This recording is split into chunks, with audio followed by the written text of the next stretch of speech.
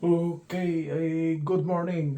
This is Professor David J. Pilas Reyes. Okay, it's October 6, 2023. The time is 3 3:52 a.m. Okay, my topic for this session will be it's a little bit boring. It is a concept, but it is very important in the study of electrical engineering. This is the topic. How to determine the polarity of transformers.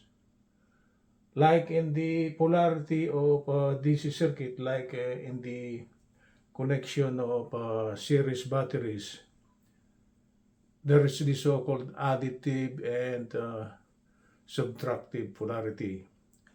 And also under the study of transformers, there is the so-called additive and subtractive polarity. Okay, let's proceed. The subject matter for this morning will be a continuation of our long video format discussion on the study of AC machines. Okay, AC machines, lesson number 32, and the title of the subject matter is actually Polarity of Transformers. How do we determine the polarity of transformers? If under the study of DC circuit, like in the battery, for a battery, this is the plus terminal and this is the negative terminal. If we try to connect two batteries, okay, with the sequence minus plus, okay, meaning the plus is connected to the minus, okay, we call that connection additive polarity, meaning if we try to measure the voltage across these, if they are of the so-called additive polarity, it should be the sum of the voltage of battery number 1 and number 2. And also under the study of alternating induced voltage, it the same procedure will take charge. Okay, it will be the same principle. So I will repeat it. For a battery, if we connect the plus to the minus, the connection is actually additive. Okay, under the study of transformer, it is the same concept. Okay, let's proceed. But we'll try to define first what is transformer polarity. I will try to read the definition of transformer polarity. Refers to the relative direction of the induced voltages between the high voltage terminals and the low voltage terminals. It is something like this. If the induced voltage on the primary is this one, and the induced voltage on the secondary is this one, of course, the primary induced voltage is actually bigger if it is a step-down transformer, right? The primary is a higher voltage, so meaning to say the wave will be bigger. On the secondary side, okay, on the secondary side, the voltage will still be the same. The meaning of this transformer polarity is this one. If H1 is positive, X1 should also be positive. That is for the so-called, what is this? Subtractive polarity. When the other one is positive, the other one will also positive. That is referred to as polarity. What I call this, we could determine if this goes maximum, this should go also maximum. If it goes minimum, it should also goes minimum. That's the so-called transformer polarity. And the two kinds of polarity, like in the DC circuit, in the connection of batteries, there is the so-called additive and subtractive polarity. For the additive polarity under the study of transformers, the concept is this. If the voltage is the sum of the primary and secondary voltages, this is termed to as the so-called additive polarity. Why is that so? Okay, it is something like this. If this is the primary winding and this is the secondary winding, right? The terminals of the primary winding or the high voltage terminals is designated capital letter H with subscript 1 and capital letter H with subscript 2, meaning capital letter H is the high voltage side, right? For the low voltage side, it is designated as simply X, capital letter X with subscript 2 and capital letter X with subscript 1. So this is the secondary side, this is the primary side. Okay? And according to the concept under the additive polarity, if we try to take a voltmeter, we will connect that voltmeter terminal to this terminal H2 here, the next one. Okay? Then we short out H1 and X2. Okay? We short out. We connect. Okay? So if we try to trace the circuit, this is the voltmeter, it goes here, goes to the winding, it goes to the terminal X2. This is the shorting wire, it goes to terminal H1, it goes to the winding, it goes back to terminal H2, then back to the voltmeter. So it's a complete circuit, right? This is the voltmeter connected across X1 and H2, and the shorting wire is connected between H1 and X2. If we try to measure the voltage across this, okay, if the reading is actually the sum of the primary voltage and the secondary voltage, okay, we could say that this is additive. Right? That's additive. If what comes out is the sum of the primary voltage here plus the secondary voltage here on the voltmeter reading, okay, the polarity is additive. It's just like in the battery. If your connection is minus or plus, okay, that will be the so-called additive polarity, like in this one. This is plus, this minus, this plus, this minus. I will connect it like that. The plus is connected to the minus.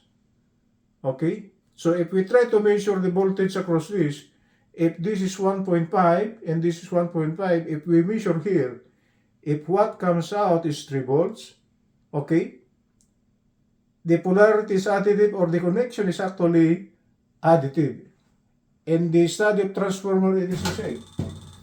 If we try to short out X2 and X1, and we connect the voltmeter across H2 and X1, if what comes out is the sum of the primary voltage and the secondary voltage, so this should be a big value, right? It's the sum. Supposing it's 4600 plus 2300, it's a big value.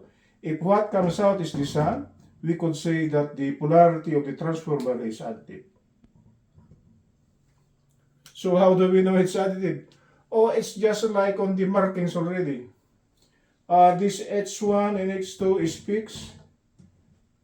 H1 and H2 is fixed. What we are only changing is the location of X2 and X1. Because under additive, this is X2 and this is H1. So if you try to notice it, this is with the subscript 1 and this is with the subscript 2. Okay? So if we try to connect this one and we measure the voltage, what comes out should be an additive polarity. Meaning the voltage that comes out is very big. It's the sum of the primary plus the secondary.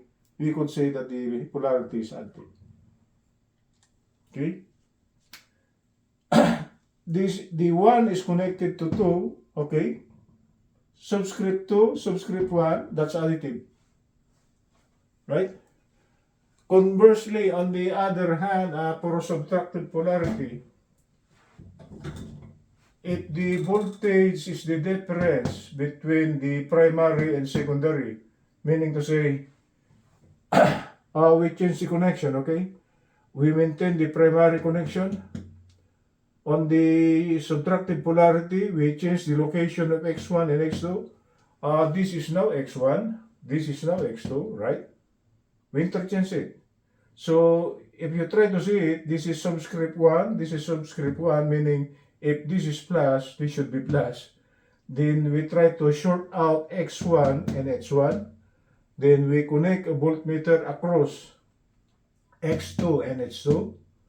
If what comes out on the reading is the difference between the primary and the secondary voltage, it's the difference. Why the difference? This is plus. Okay, it seems just like any battery. If you try to connect the plus and the plus, okay, the voltages will subtract, right? They are not additive. It is subtractive. That's why it is subtractive. Okay, this is a plus and a plus. You connect it. Okay, like in this one, if this is 1.5, 1.5, and we connect the plus and the plus, and if you try to get your voltmeter here, the reading should be 0. Okay, you are not producing any voltage because the polarity is subtractive.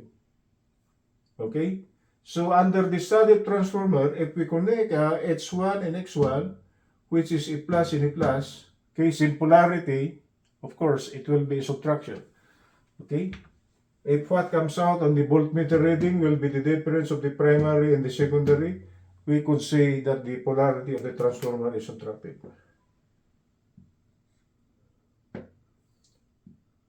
Okay, so it is very important for transformers that you can see the markings maybe.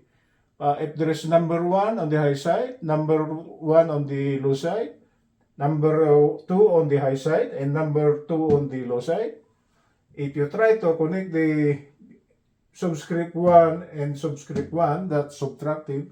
On the first one, this is H1, H2, this is 1 and 2, this is plus and a minus, okay? Plus and a minus. That will be a series additive. So for the so-called additive, what comes out for the reading will be the sum. For the subtractive, what comes out will be the reading. It's the difference between the primary and secondary. Of course, it should be the primary minus the secondary because the primary is bigger than the secondary. Right? They will fight it out. Right? The induced voltage here will fight the induced voltage in the secondary because their polarity is different. Okay? They will fight it out. So this is minus. On the first one, the induced voltage here plus the induced voltage here, if we place the voltmeter here, it should be the sum because the polarity is actually minus to plus, okay? They will not fight out each other. It will aid the other one in the production of the induced voltage. Okay, that's the only two polarities under the study of transformer. We'll try to bring out some annotations over here. Capital letter H with the subscript 1, capital letter H with the subscript 2, meaning the high voltage terminals. X1 and X2, the low voltage terminals. Okay? And for the polarity, H1 and X1 have the same instantaneous voltage. H2 and X2 have the same instantaneous voltage. It is this. If this is H1 and this is X1, the meaning of this is that when H1 is positive,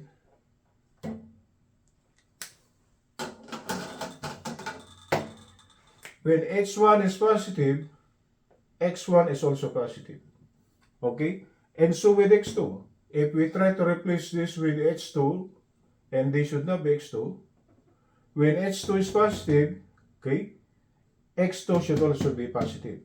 That's why I place it here, have the same instantaneous polarity for both H1 and X1 and for both H2 and X2.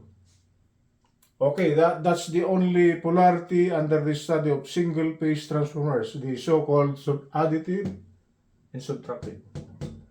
For the additive, I will repeat it. The subscript 1 and 2 are interconnected, right? Because if subscript 1 refers to positive polarity, of course subscript 2 will refer to negative polarity. So if we try to connect a minus and a plus, that will be additive. On the other hand, if we try to connect a subscript 1 and a subscript 1, and they are both plus, okay, like in the battery, if we try to connect the plus and plus, okay, then you try to measure the voltage across this. It will be 0 if this is 1.5 exactly and this is 1.5 exactly. If you try to measure it, it should be 0. Same as this one. Okay, that's it guys. At least we now know what's the polarity under the study of transformers. There are only two polarities. It is the so-called additive and subtractive. For the additive, subscript 1 is interconnected with subscript 2, and for the subtractive, subscript 1 is connected to subscript 1. Okay? They will fight each other, and here they will aid each other. Okay, good morning from Los Angeles. This is Professor David J. Del Rey.